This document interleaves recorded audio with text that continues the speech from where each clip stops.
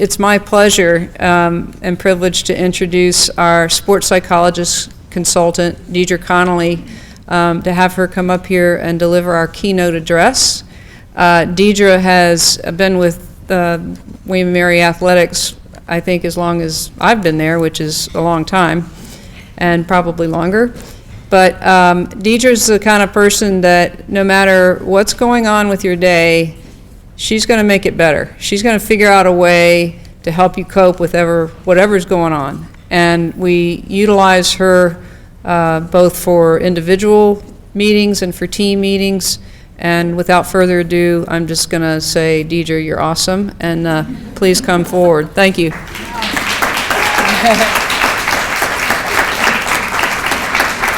Thanks, Peel. I needed some further ado. I wasn't ready.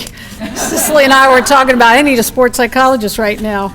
I'm intimidated by you William & Mary people. I really am. Nobody knows this, but I've been here 25 years and I am still intimidated by William & Mary people. President Reevely this morning, here we have Terry Driscoll, my boss, we have speakers, we have all of y'all who go to William & Mary. When Peel said, do you want to speak at the celebration? I was like, yeah, that'd be awesome. Closer I got, the more intimidated I got. President Reevely, however, get a little perspective, he's one of my daughter's best friends. Terry Driscoll, see him every morning. He treats me like I belong there. Good morning, Deidre. Good morning, Terry. William & Mary people, I wasn't smart enough to go here, but I have a little William & Mary stuff. Got married in the Wren Chapel. That should count for something, right? Okay. Been here 25 years. I'm older than dirt, really is what that tells you, but maybe that gives me a little bit of creds. And certainly with our esteemed award winners, I told Cicely I'm just going to use it in my next presentation. I have to speak in Norfolk next month, and I'm a little intimidated by that group, so I'm going to say, so when I was on the program with the Peace Corps people and Jill Ellis, I'm just going to use it for my own creds there. So it's all about perspective. When we talk about being the best that you can be, it's really about perspective. And what we're celebrating today are not all about these women's accomplishments, the end point. What we really celebrate is what they went through to get there, and how they engaged, and how they committed, and how they invested their time to get to where they were. And that's everything in sports psych. Those of you that have heard me speak before, that's everything. Okay, can't get to that level without it. Today's sports psych is all about being right here, right now. Being where? Right here. When? Right now. Thank you. Okay.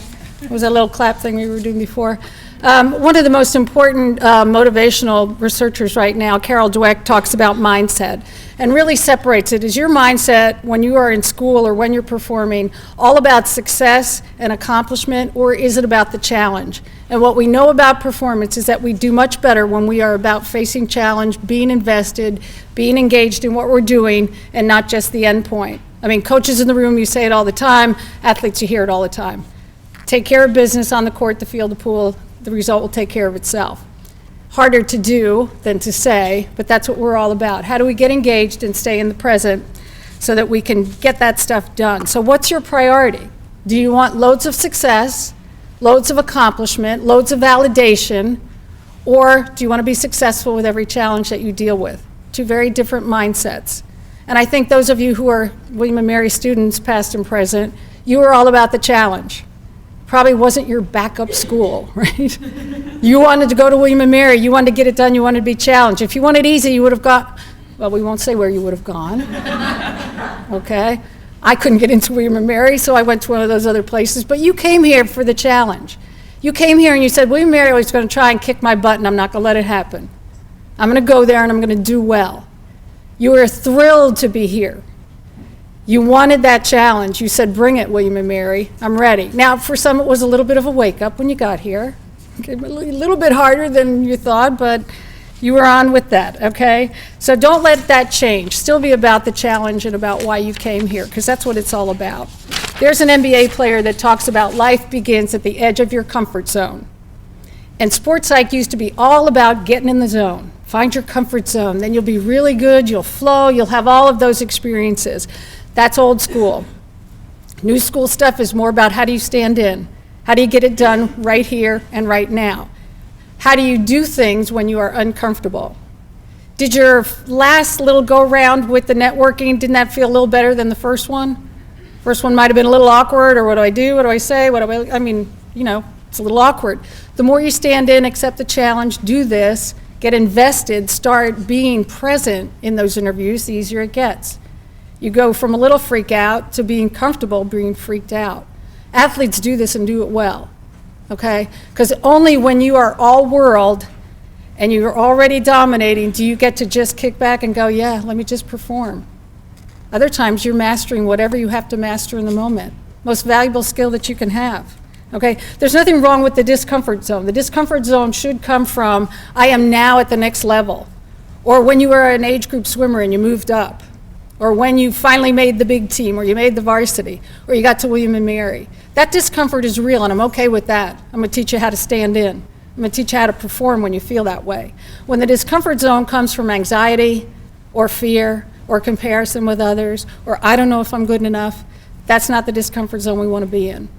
Okay, so we stop looking for comfort zones and we look for how can we really invest ourselves in being full of achievement orientation in a way that's all about right here, right now. So you got to have patience to have success. Some of you met with Dr. Camilla Buchanan. Do you think when she was a freshman here, she said, darn it, I'm not a doctor yet. I'm so frustrated and impatient. She was invested in the long haul. Okay, anything, Jill Ellis, do you think when she was here, that she was all about, I'm not the coach of the U.S. team yet? She was invested in where she was when she was there. We do what we are supposed to be doing right here, right now. Be where you need to be when you need to be there. Makes everything easier. All you have to do is be the best you can be on this day under these conditions, given this amount of training. I know I see some of y'all rolling your eyes like, Deidre, if you say that one more time in my 4 years, okay? But it is all about being the best you can be on this day, under these conditions, and given this amount of training or preparation. So you need to be where you're supposed to be when you're supposed to be there. And I'm happy if you are not overly patient with that. I can't wait to get to the next stage. But we've got to be invested in where we are right here, right now. And it takes some mindfulness. Okay, what do William and Mary students do best? Well, maybe not best, but they're up there. It's overthink. Really? I mean, you all could go to law school, and some of you are attorneys, and that's fine. Some of you want to go to law school, and that's fine. But you can argue reality all the time. Yeah, but we didn't do that well the other night, and if we don't do well the other night, how's that going to work today? I never do well at that event. Our minds get, your minds, not mine. I couldn't go to William and Mary. Your brains get going so fast and furious that that becomes habituated. I say it that way so it's scary to people, like, oh my God, I have a habit? Yes, you do. You have a habit of overthinking.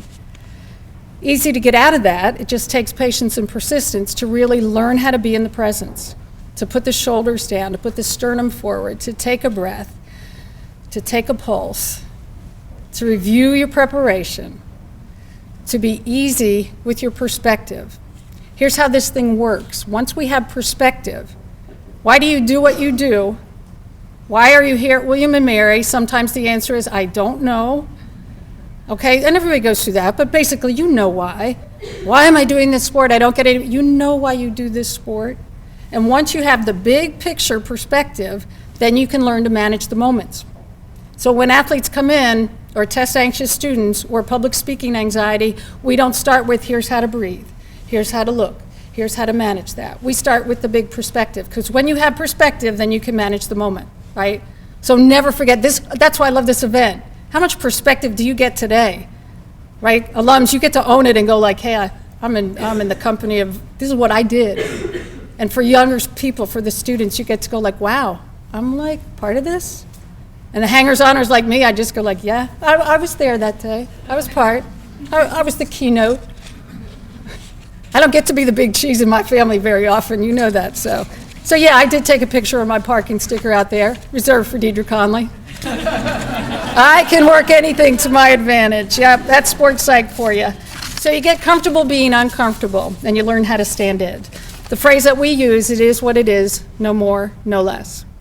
Okay? It is what it is, no more, no less. So when you are going to the job interview, or when you have a competition, or you have a performance, we're going to stay in the neutral zone. It is what it is.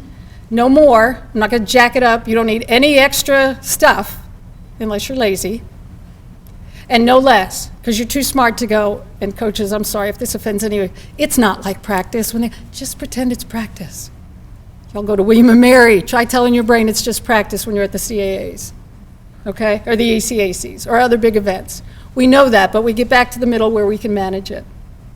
So it is what it is, no more, no less. We stop trying to get through things, and we get present and engaged. And even when you graduate and when you have a job or when you're wherever in your life, we do better when we're absorbed and engaged in what we're doing. And again, not always easy for overthinking, smart, achievement-oriented people.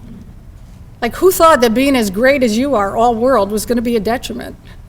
And it's only a detriment if you can't back off, and you can. Overthinking kills stuff, okay? So we're going to use mindfulness. Interesting thing, there are only 2 groups of people on campus that get deliberate resilience training. Now, resilience is the buzzword, right? We're all about resilience and wellness today. There are only 2 groups of people that get deliberate resilience training, and you're one of them. The other one's ROTC. Really, comprehensive soldier fitness is all about resilience training. Athletics is all about resilience training. How do you learn the 2 things that you need to get through and be resilient? You learn how to roll with it when that's appropriate, and you learn how to deal with it when you have to deal with it. Doesn't that sound easy? Words of wisdom for your life, ladies and gentlemen. Either roll with it or deal with it. And I know you would married people go, well, yeah, but. And I go, yeah, but. Okay, that's the part where we need our mindfulness. So learn how to do that. Our confidence doesn't come from our accomplishments. It can, because it makes us feel validated and good. All that hard work paid off. Our accomplishments are nice, but while we're waiting for those and we're getting to those, we want to really bank our confidence on what we're earning day by day. How well are you training on this day under these conditions given this amount of preparation? Okay, we go from trying to get to the zone where everything is easy and perfect and flows, and we go to acceptance and roll with it. We stop trying to control and manage every situation to being in the moment and doing the best we can at that point. We stop trying to step up without fear. I just want to get to the starting line, not be nervous. Good luck with that. Okay? Instead, we get up there despite the fear, and we learn how to stand in. And when somebody comes up with a really good phrase for man up, woman up just doesn't have the same, but that's what we're trying to do, is really stand in when the time comes, and it's, you'll see, it'll serve you. You'll feel better. You'll like it. So, parting thoughts. You know me, I could go till next Tuesday, right? Like some of you like, don't. I won't. Okay, you won't lose your competitive edge if you like yourself. You will not lose your competitive edge if you are less self-critical. You will not lose your competitive edge if you don't apologize for your accomplishments, if you own them proudly and say, this is who I am and what I do. I am not here to tell you I'm the world's greatest sports psychologist. I'm just a darn good one who goes to work every day and does her thing and doesn't mind people knowing that. I'm not going to apologize for that. I was your age once thinking I was going to be the finest, the best sports psychologist in the whole wide world and the first woman to do blah, blah, blah. No, I'm a really good sports psychologist who comes to work every day and does her job. I won't apologize for that. I want to acknowledge it. You won't lose your edge if you acknowledge teammates. Who doesn't love the teammate who gives you that, you give her the ball, she scores, she turns around and goes like that and points at you, right? It's not me. It's like, hey, thanks for that pass. Acknowledge your teammates, acknowledge their accomplishments. You will not lose your edge if you appear to not know the answer, or appear confused, or appear silly. Got to be competitive. No, you don't have to have a game face on all the time. You have to have a present face on all the time. You won't lose your edge if you stop judging yourself at every turn. You won't lose your competitive edge if you keep it simple. And I will not ask for a show of hands, but who hasn't made it harder than it has to be? Every day. Every day, we make it harder than it has to be. Again, it's not easy. It takes patience and persistence. You got to chip away at this mindset, but you can do this, right? This is really what it is all about in sport and in any performance. So keep it simple, okay? You will not lose your edge if you stop making rules and expectations. We all live by this whole set of rules. The only rules you need to have should be about your character and your values. Here are things I never compromise on. Rule number 1, this is the kind of person I am. This is what you can expect from me. And for expectations, your expectations need to be about your effort and persistence. There was one NHL hockey player who talked about his team as a pack of little rats. We were just coming after you. I love that effort and persistence, right? Pack of little rats. We had one team a few years ago that used to use the phrase relentless pursuit, that when we are on the field, it is relentless pursuit. I love that. That is just about getting after it, okay? That is about an expectation about your effort and your persistence, and that's what we control.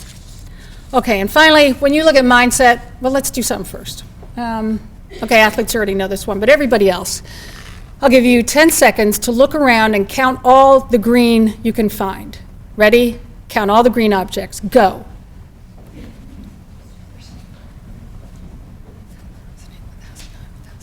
And stop. Did anybody get to 10? 20? 30, 40, 50? Great job. I know, Tess thinks she got to 50. There you go. How many gold things did you see? None. Why? Wasn't looking for it. Okay? Where you put your focus will have your focus. And that is what our athletic mindset and any performance mindset needs to be about. What is your focus? You get to do this. You get to get better each day. You get to have deliberate resilience training. You get to be involved in this community of women and teammates. Okay, so our focus has to be the one that will help us and not hold us back. So what you give your focus will have your focus. Remember that, okay? Look for gold and green or whatever. There's a quote that I like that says, "Strong women, let us know them, let us be them, let us raise them." I'm going to tweak that and say right here, right now, women, let us know them, let us be them, and let us mentor them. One tribe, y'all.